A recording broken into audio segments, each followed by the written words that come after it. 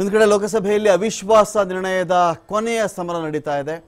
ಇಲ್ಲಿ ಅವಿಶ್ವಾಸ ಗೊತ್ತುವಳಿಯನ್ನು ಮಂಡಿಸಿದ ಮೇಲೆ ಅವಿಶ್ವಾಸ ನಮಗೆ ಈ ಸರ್ಕಾರದ ಮೇಲೆ ವಿಶ್ವಾಸ ಇಲ್ಲ, ಬೇಕಾದ್ರೆ ವಿಶ್ವಾಸ ಮತವನ್ನು ಕರೀಲಿ ಅಂತೆಲ್ಲ ಚರ್ಚೆಗಳಾದ ಮೇಲೆ ಉದ್ದೇಶ ಏನು ಅಂದರೆ ಗೊತ್ತು ಯಾರ್ಯಾರ ಬಳಿ ಎಷ್ಟೆಷ್ಟು ಲೋಕಸಭಾ ಸದಸ್ಯರಿದ್ದಾರೆ ಅಂತ ಚೆನ್ನಾಗಿ ಗೊತ್ತಿತ್ತು. ಇದೀಗ ನರೇಂದ್ರ ಮೋದಿ ಅವರ ಮಾತಿಗೆ ಕ್ಷಣಗಣನೆ ಶುರುವಾಗಿದೆ. ಮಣಿಪುರ ಹಿಂಸಾಚಾರದ ಬಗ್ಗೆ ಮಾತನಾಡ್ತಾರ ಪ್ರಧಾನಿ ಅಂತ ಪ್ರಶ್ನೆ ಬಹುಶಃ ಅವರು ಮಾತನಾಡಬಹುದು. विस्तार से पहुंचे भी हैं, मैंने स्वयं भी कुछ भाषण सुने भी हैं. आदरणीय अध्यक्ष जी, देश की जनता ने हमारी सरकार के प्रति बार बार जो विश्वास जताया है, मैं आज देश के कोटि कोटि नागरिकों का आभार व्यक्त करने के लिए उपस्थित हुआ हूं.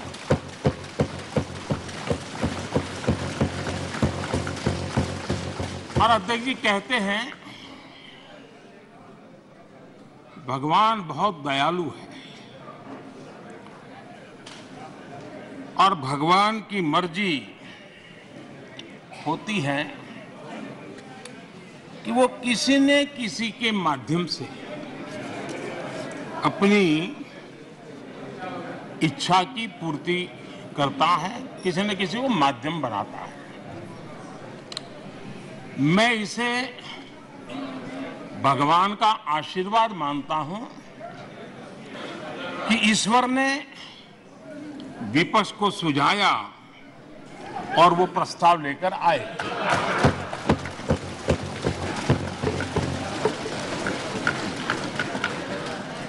तो 2018 में भी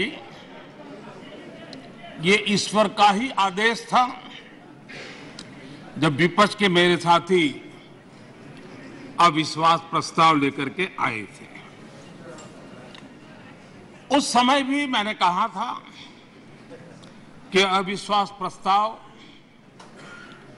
हमारी सरकार का फ्लोर टेस्ट नहीं है. मैंने उस दिन कहा था, बल्कि ये उन्हीं का फ्लोर टेस्ट है. ये मैंने उस दिन भी कहा और हुआ भी वही. जब मतदान हुआ तो विपक्ष के पास जितने वोट थे उतने वोट भी वो जमा नहीं कर पाए थे.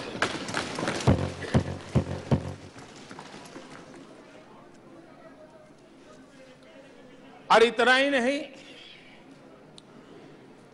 जब हम सब जनता के पास गए तो जनता ने भी पूरी ताकत के साथ इनके लिए नो कॉन्फिडेंस घोषित कर दिया.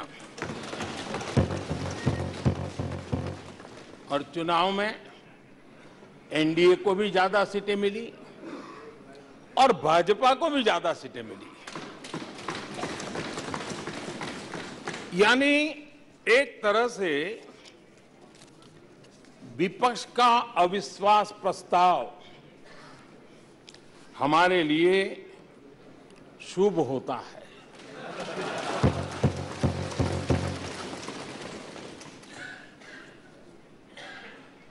और मैं आज देख रहा हूं कि आपने तय कर लिया है कि एनडीए और बीजेपी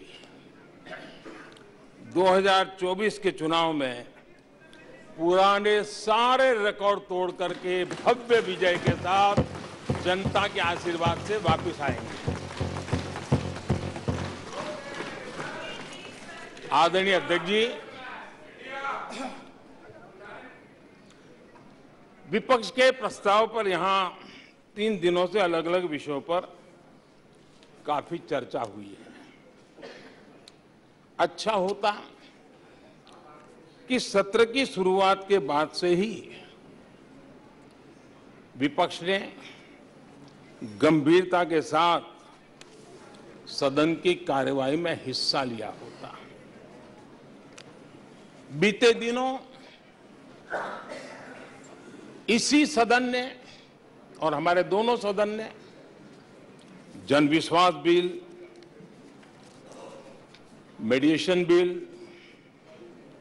डेंटल कमीशन बिल, आदिवासियों के लिए जुड़े हुए bill, digital data protection bill, national research foundation bill, coastal aquaculture से जुड़ा बिल, ऐसे कई महत्वपूर्ण बिल यहां पारित किए। और ये ऐसे बिल थे जो हमारे फिशरमैन के हक के लिए थे, और उसका सबसे ज्यादा लाभ केरल को होना था, और केरल के सांसदों से ज्यादा अपेक्षा थी कि वो ऐसे बिल पर तो अच्छे ढंग से हिस्सा लेते, लेकिन राजनीति उन पर ऐसी हावी हो चुकी है कि उनको फिशरमैन की चिंता नहीं है।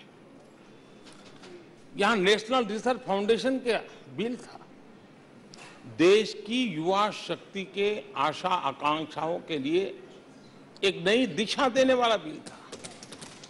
हिंदुस्तान को एक साइंस पावर के रूप में भारत कैसे उभरे, वैश्विक दीर्घदृष्टि के साथ सोचा गया था। उससे भी आपका इतराज। डिजिटल डाटा प्रोटेक्शन बिल, ये बिल अपने आप में देश के युवाओं के जज्बे में जिस बात आज प्रमुखता से है, उससे जुड़ा हुआ था।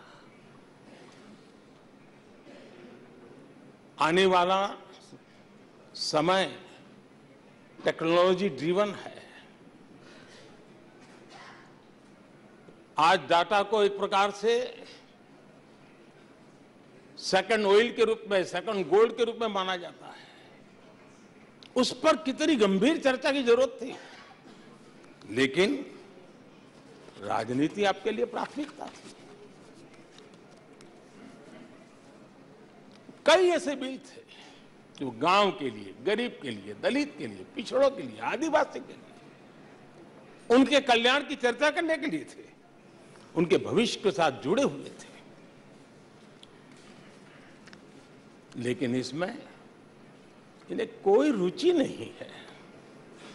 देश की जनता ने जिस काम के लिए उनको यहां भेजा है, उस जनता का भी विश्वासघात किया गया है।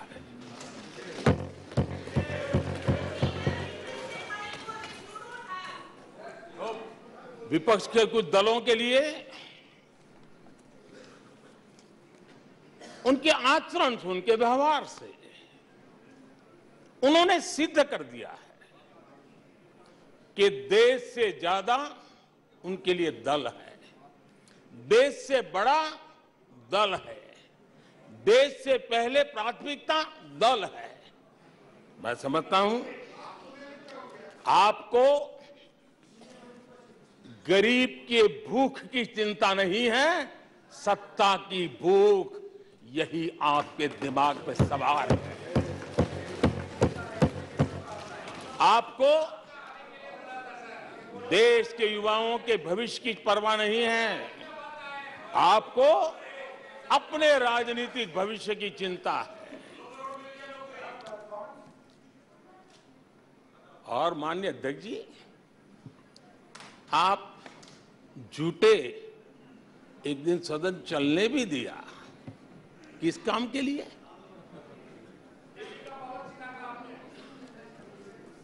आप झूठे तो विश्वास प्रस्ताव पर झूठे, और अपने कट्टर भ्रष्ट साथी उनकी शर्त पर मजबूर होकर के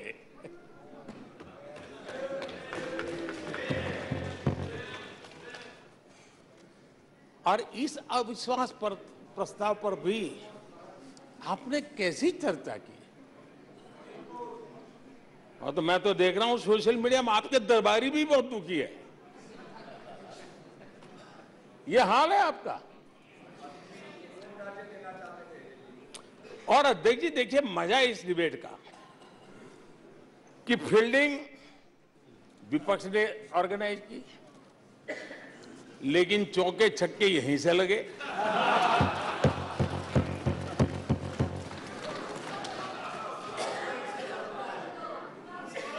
और विपक्ष नो कॉन्फिडेंस मोशन पे नो बॉल नो बॉल पर ही करता आगे चलता जा रहा है। इधर से सेंचुरी हो रही है, उधर से नो बॉल हो रहे हैं।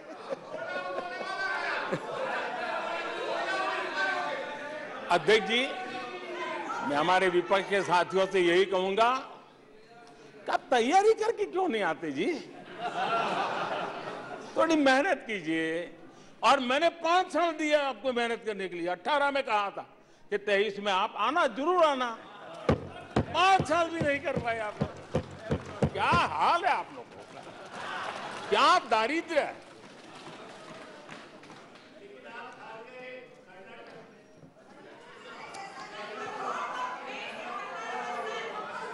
आदरणीय अध्यक्ष जी,